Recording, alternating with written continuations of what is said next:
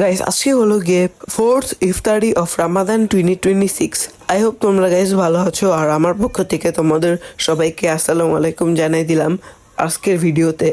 So guys তোমরা দেখতে পারতেছো আমার আম্মি এক চুলায় পেঁয়াজু রান্না করতেছে আর আরেক চুলায় নুডলস রান্না করতেছে।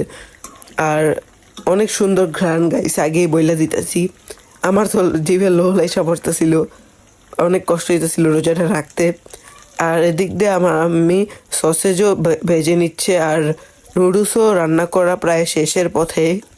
আর আজকের ভিডিওটা গাইস আগে বলে দিতেছি যে এটা একটু শর্ট হবে, কারণ বেশিক্ষণ ভিডিও করতে পারিনি, কারণ গাইস পারে নাই, শেষ এতটুকুই।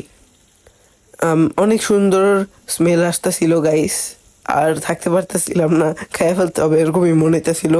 সো গাইস এখন আমি আজান শুনতে আসছি, আর বাইরের আবহাওয়াটা অনেক সুন্দর গাইস, আগে বলে দিলাম। অনেক জোস একটা দিন থাকে রোজার সময়। আমি জানি তোমরা অনেকেই খেয়াল করছো হয়তো বা, রোজার সময় আবহাওয়াটা অনেক সুন্দর আর ম্যাজেস্টিক হয়।